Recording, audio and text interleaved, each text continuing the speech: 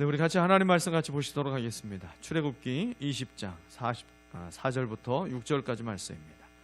출애굽기 20장 4절부터 6절까지 말씀. 네, 우리 같이 한 목소리로 말씀을 같이 봉독하면 좋겠습니다. 같이 읽겠습니다. 너희는 너희가 섬기려고 위로 하늘에 있는 것이나 아래로 땅에 있는 것이나 땅 아래 물속에 있는 어떤 것이든지 그 모양을 본떠서 우상을 만들지 못한다. 너희는 그것들에게 절하거나 그것들을 섬기지 못한다. 나 주 너희의 하나님은 질투하는 하나님이다. 나를 미워하는 사람에게는 그 죄값으로 본인뿐만 아니라 3, 4대 자손에게까지 벌을 내린다.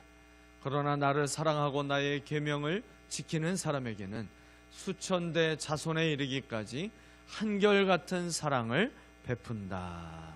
아멘. 네, 오늘 말씀의 제목을 하나님을 우상으로 섬기지 말라로 잡았습니다. 하나님을 섬기는데 하나님을 하나님으로 섬기는 사람이 있고요, 하나님을 우상으로 섬기는 사람이 있어요. 네, 이거는 교회 밖의 얘기가 아니라 교회 안의 얘기예요. 하나님을 똑같이 섬기고 있지만 어떤 사람은 하나님을 하나님으로 섬기는데요, 하나님을 우상으로 섬기는 성도가 있다는 것이죠. 그 일이 나도 모르는 사이에 이루어지고 있기 때문에 우리는 이제 이 10계명의 이 두 번째 계명을 우리는 정말 깊이 깨달아야 됩니다. 그래야만 우리가 내가 지금 하나님을 섬긴다라고 말을 하면서도 실상은 내가 하나님을 우상으로 섬기고 있지는 않는지, 여러분 이것을 우리가 스스로 분명하게 점검해야 돼요. 이 2월 우리가 하나님을 우리가 온전히 이제는 우상으로 섬기던 우리의 삶의 모든 신앙의 잘못된 것들을 다 제거하고 이제는 하나님을 온전히 하나님으로 섬기는 그런 은혜가 있게 되시기를 축복합니다. 여러분, 하나님은 예수 그리스도를 믿고 구원받은 모든 사람을 자녀 삼아 주셨습니다. 영적인 이스라엘로 여겨주시면서 하나님이 책임져 주시는 자기 백성으로 삼아 주셨어요. 그래서 구원받은 저와 여러분의 삶은요, 세상 사람들과 달라도 분명하게 달라야 합니다. 자녀 삼아 주신 하나님의 자녀답게 살아야 되고요, 또한 왕 되신 하나님의 백성답게 살아야 됩니다. 우리가 하나님의 자녀답게 그리고 하나님의 백성답게 살아갈 수 있도록 사랑으로 주신 것이 무엇이냐면 바로 10계명의 말씀이에요. 10계명의 말씀. 우리가 대한민국 국적을 가지고 있잖아요. 그죠? 네. 혹시 다른 국적이 있는 분 계신가요?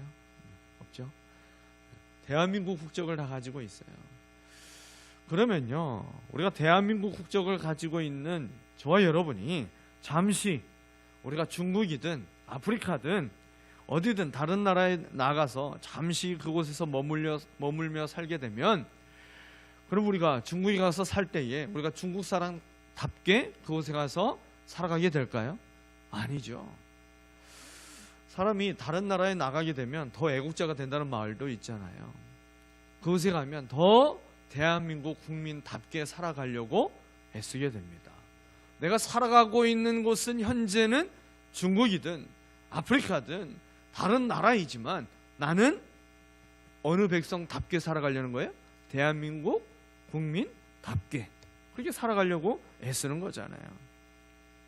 그래서 내가 한국에서 살 때보다도 훨씬 더 질서도 더 잘 지키려고 애쓰고, 공중도덕도 내가 지키려고 애쓰고, 선한 일을 하려고 애쓰게 되고, 그리고 내가 죄된 행동이나 부끄러운 행동을 하지 않으려고 애쓰게 되잖아요. 왜 그렇습니까? 나의 행동으로 인해서 대한민국이 욕을 먹을 수도 있고요, 대한민국이 위대한 나라가 될 수도 있기 때문입니다.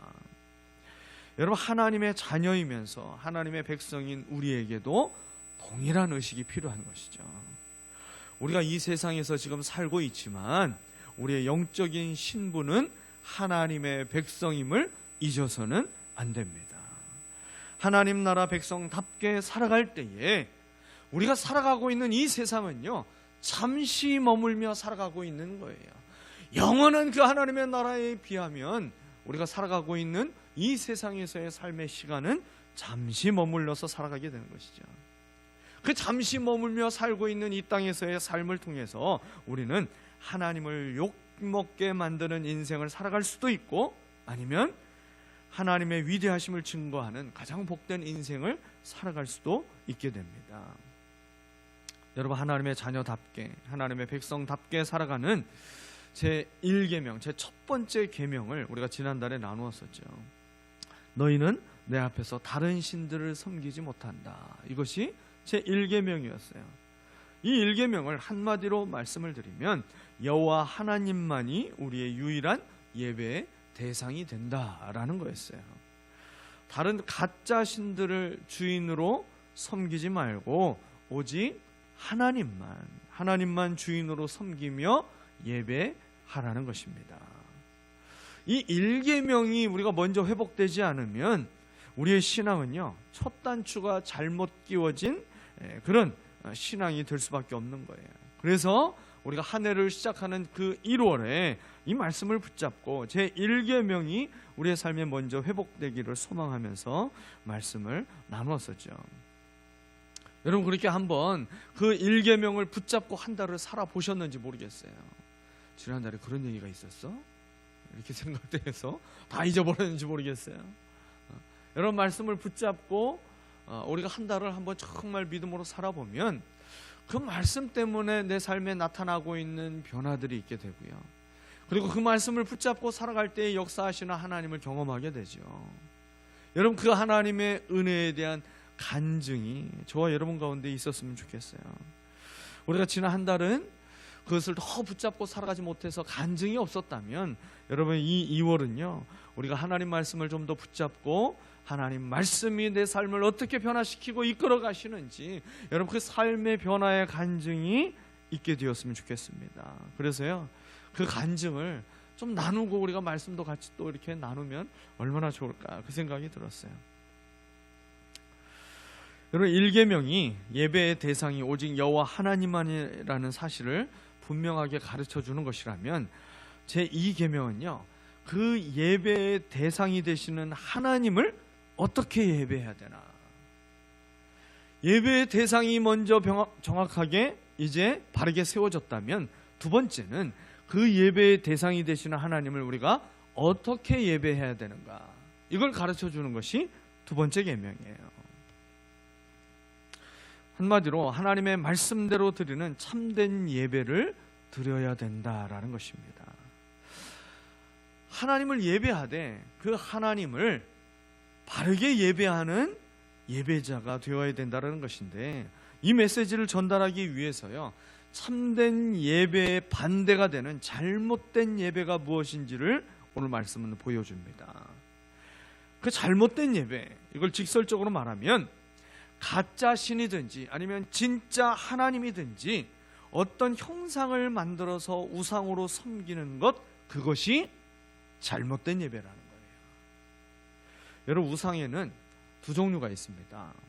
하나는 가짜 신을 섬기는 것이 우상이 되는 거고요.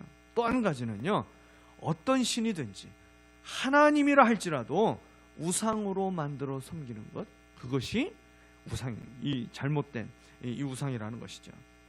오늘 본문에서 이 우상이 무엇인지 구체적으로 이렇게 표현하고 있어요. 오늘 본문 말씀이죠. 위로 하늘에 있는 것이나 아래로 땅에 있는 것이나 땅 아래 물속에 있는 어떤 것이든지 그 모양을 본떠서 우상을 만들지 못한다. 그러니까 하나님이 만드신 피조물 중에 어떤 것이든지 그 형상을 본떠서 만들어서 그것을 섬기면 그게 뭐가 된다는 거예요? 우상이 된다는 겁니다. 우상. 그리고 우상으로 만드는 일을 하나님에게도 적용했다라고 하는 사실을요 우리는 성경에서 쉽게 발견할 수가 있어요. 두 가지 예만 소개해 드릴 수 있죠. 첫 번째는요, 출애굽기 32장에 나오고 있는 이 금송아지 사건이 있습니다. 출애굽기 32장 4절 말씀입니다. 같이 한번 읽어볼까요? 아론이 그들에게서 그것들을 받아 녹여서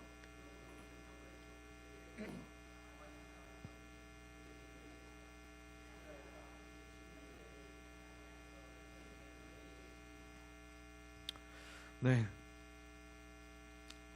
아론이 지금 이스라엘 백성들에게 했던 말이죠. 모세가 이제 시내산에 올라가서 40일간 지내게 됐죠. 백성들이 자기들이 생각한 시간보다 훨씬 더 길게 모세가 내려오지 않게 되니까 불안한 마음이 들고 그리고 조급하게 됩니다. 그래서 모세의 형이었던 아론을 찾아가서 이제는 모세가 내려오지 않고 아마 저 구름 속에서 하나님을 만나고 그가 죽었을 수도 있으니 이제 우리를 인도할 신을 만들어내라. 그러면서 이제 요청을 하게 되죠. 아론은 이제 백성들에게서 백성들이 모아온 그 모든 금을 거두어 가지고 한 가지를 만들게 됩니다. 뭘 만들었어요? 금송아지를 만들었어요. 금송아지.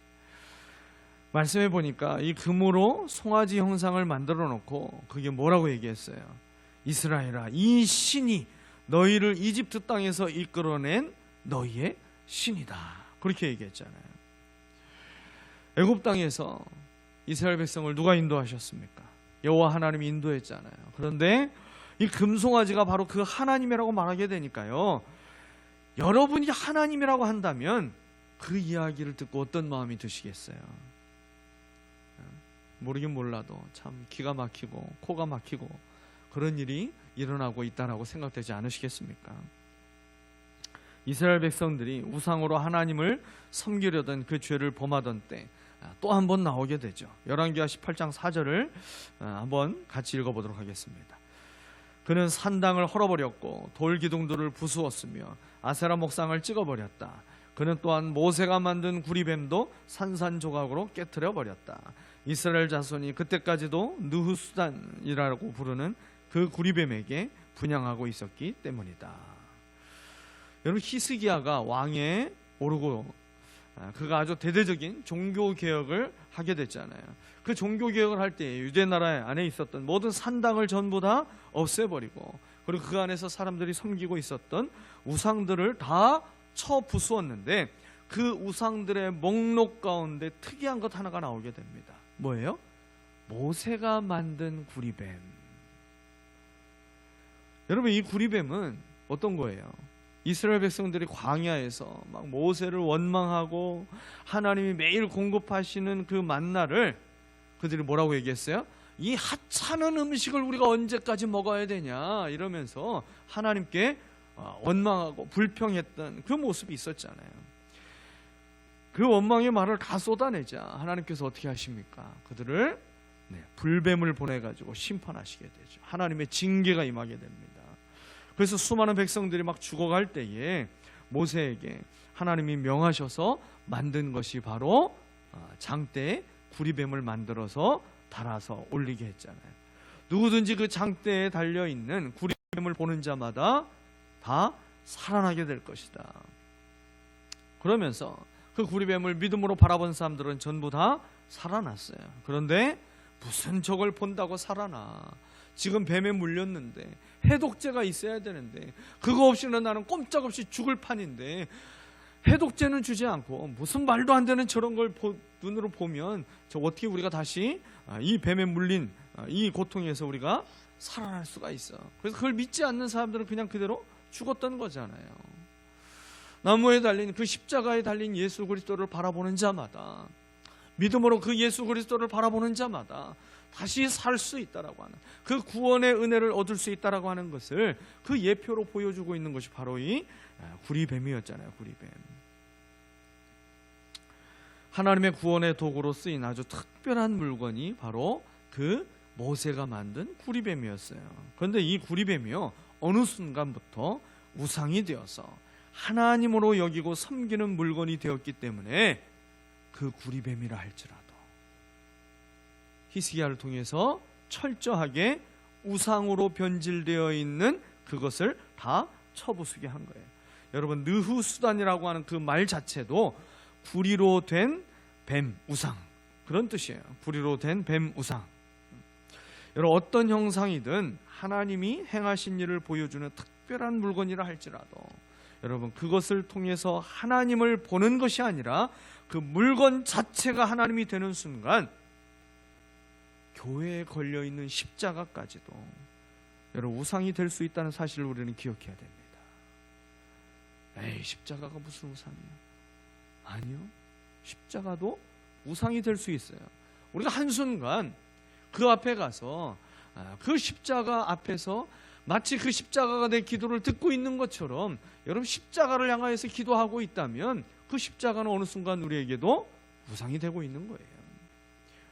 모든 것은 그것을 통해서 하나님께 나아가는 통로가 될 뿐이지, 여러분, 그것 자체를 섬기고 그 앞에 가서 기도하고 그것에 가서 절을 하고 있다면 여러분, 그것이 어떤 것이든지 간에 그것은 우상으로 변질되는 거예요. 예수님의 성화 앞에 가서도 그것에 가서 기도하고 그것에 가서 절하고 있다면 그것 또한 우상이 되는 것입니다. 어떤 형상이든 하나님이 행하신 일들을 보여주는 특별한 물건이라 할지라도 여러분, 우리는 그것 자체를 섬기는 것이 아니라 오직 여호와 하나님만 바르게 섬겨야 되는 것이고, 그리고 하나님이 원하시는 대로 우리는 그렇게 주님을 바르게 예배하는 삶을 살아가야 되는 것입니다. 그런데 한 가지 오해하면 안 되는 것이 있죠. 하나님이 모든 형상을 만들지 말라고 하신 것은 아닌 거예요.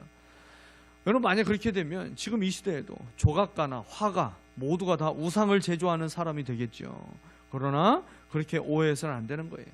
하나님께서 모든 형상과 그림을 금지하신 것이 아니라 그것을 종교적인 목적으로 섬기기 위해서 만드는 형상, 그림, 이런 것들을 금지하셨다라는 거예요.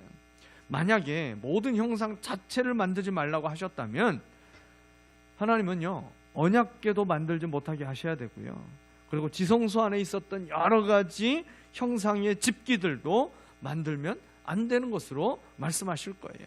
그리고 제사장의 의복에 달려있던 여러 가지 모양들도 만들지 못하게 하셨을 거예요. 우상이 되어서 절하거나 섬기는 것을 금하신 것입니다. 근데 이방 종교들을 보면요, 전부 자기들이 믿는 신을 형상으로 만들어서 섬겼어요.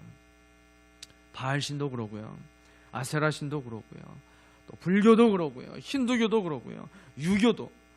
여러분, 세상에 어떤 종교든지 가서 보게 되면 그 종교의 이제 창시자나 아니면은 자기들 믿는 어떤 그 신의 형상을 전부 다 가지고 있어요. 눈에 보이는 형상을 갖고 있는 것이 신이 실제로 존재하고 있다라고 하는 그 심리적인 안정감을 줄 수는 있습니다. 그리고 신앙생활을 좀 더 효과적이고 잘할 수 있도록 동기부여가 되기도 해요. 하지만요, 아무리 인간적인 생각으로 유익이 있고 그리고 효과적이며 신앙생활을 잘할 수 있도록 돕기 위한 선한 의도가 있을지라도 하나님을 어떤 형상이든 우상으로 만들어 섬기지 말라고 성경은 분명히 우리에게 말씀합니다. 왜 그렇게 하실까요? 하나님을 어떤 형상으로든 만들지 말라고 말씀하신 두 가지 이유가 있어요. 하나는 하나님은 영이시기 때문에 그렇습니다. 하나님은 영이시기 때문에. 여러분, 영이라는 게 뭐예요? 영은 분명히 존재하지만 보이지는 않는 거예요. 분명히 존재하지만 보이지는 않는 것이 바로 영입니다. 영. 하나님은 분명하게 존재하시지만 보이지 않으시는 영이시기 때문에 무엇으로든 이 눈에 보이는 것으로 만들어지면요, 하나님을 절대로 바르게 보여줄 수가 없고요, 그리고 하나님을 보여주되 오해와 한계가 가득한 하나님으로 변질되어 만들어버리기 때문에 우상으로 만들어서는 안 되는 것입니다. 여러분, 하나님은 영이시다라고 하는 이 정의 안에는 뭐가 포함되어 있냐면 하나님은 무한하시다라는 말이 그 안에 포함되어 있는 거예요. 무한하신 하나님이 형상으로 만들어지는 순간 하나님은요, 어디에나 계신 하나님이 되지 못하게 됩니다. 그 형상으로 만들어서 그 형상을 모시고 있는 그곳에 계신 하나님으로 바뀌어지는 거예요. 아주 제한적인 하나님으로 바뀝니다. 그리고요, 그 형상에서 표현되고 있는 능력, 그거 이외에 다른 능력을 기대하기 또 어려워지는 거예요. 무한하신 하나님의 능력이 제한되는 것입니다.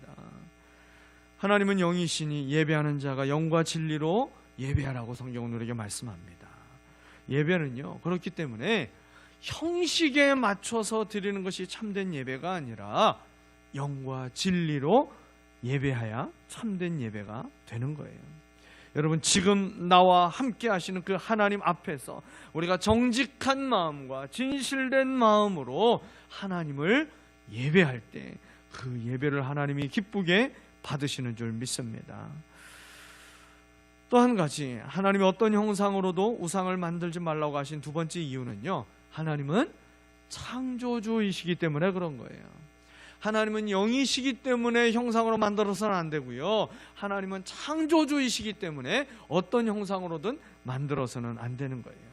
아까 우상은 전부 뭘 본떠서 만든다라고 그랬어요? 네. 하늘에 있는 것이나 땅에 있는 것이나 땅 아래 물에 있는 것이나 또 기어다니는 어떤 벌레들까지도, 심지어 사람까지도 전부 다 공통점이 한 가지가 있어요. 그게 뭐예요? 하나님이 만드신 피조물입니다. 아무리 크고 멋지게 만든다 할지라도 우리나라에서 어디에 있나요? 전라남도 강진에 있나? 제일 큰 불상이 아파트 12층 높이 36m짜리 불상이 있어요. 그게 우리나라에서 제일 큰 불상이라고 하는데, 아무리 크고 웅장하게 만들었을지라도 하나님이 만드신 전부 다 피조물에 불과한 것입니다. 해와 달과 별이든 동물의 모양이든 사람의 모양이든 또 심지어 벌레의 모양이든지 간에 전부 하나님이 만드신 피조물의 형상입니다. 피조물의 모양을 만들어서 앞에 놔두고 그것을 창조주라고 말하며 섬기는 그 모습을 여러분, 창조주이신 하나님께서 두고 보실 수가 있으실까요? 오직 하나님만이 창조주이시기 때문에 여러분, 어떤 형상도 만들어서 하나님으로 여기며 섬겨서는 안 되는 것입니다. 타락한 인간의 본성은요, 끊임없이 신을 형상화해서 숭배하는 이 우상 숭배의 본능이 있습니다. 그래서 종교개혁을 이끌었던 존 칼빈이 이런 얘기를 했어요. 타락한 인간의 마음은 우상 공장이다. 끊임없이 우상을 만들어내요. 근데 이 우상을요, 만들 때에 오늘 하나님은 너무나도 정확하게 한 가지를 말씀하세요. 그 우상을 만들었을 때에는 그 우상으로 섬기는 신을 위하여서 만드는 것이 아니라 그 중심이 나를 위한 것이다라고 정확하게 말씀합니다. 오늘 본문에서도 그렇게 얘기하고 있어요. 개역성경에서는요, 너를 위하여 새긴 우상을 만들지 말라. 가장 중요한 게 앞에 있는 거예요. 너를 위하여. 나를 위한 신을 만들어가는 것, 그것이 우상입니다. 하나님을 섬기되 그 하나님을요, 나를 위한 하나님으로 믿고 섬기고 있으면 우리는 하나님을 우상으로 섬기는 거예요.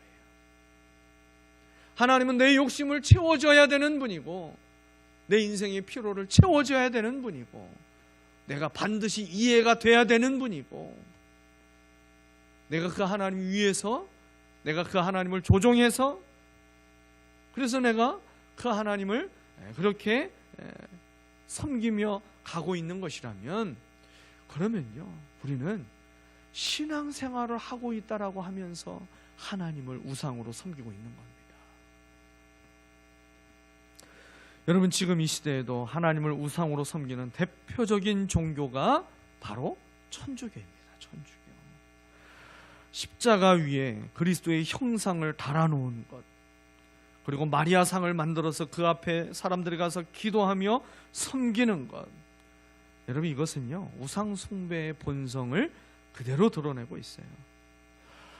천주교가 왜 그렇게 우상 숭배하는 신앙으로 발전해가고 있나 봤더니요, 성경이 말씀하고 있는 십계명하고 천주교에서 말하고 있는 십계명이 다르다는 사실을 아십니까?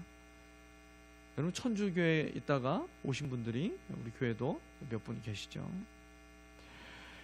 여러분, 모세에게 주셨던 그 십계명과 천주교에서 말하고 있는 그 십계명이요, 서로 다릅니다.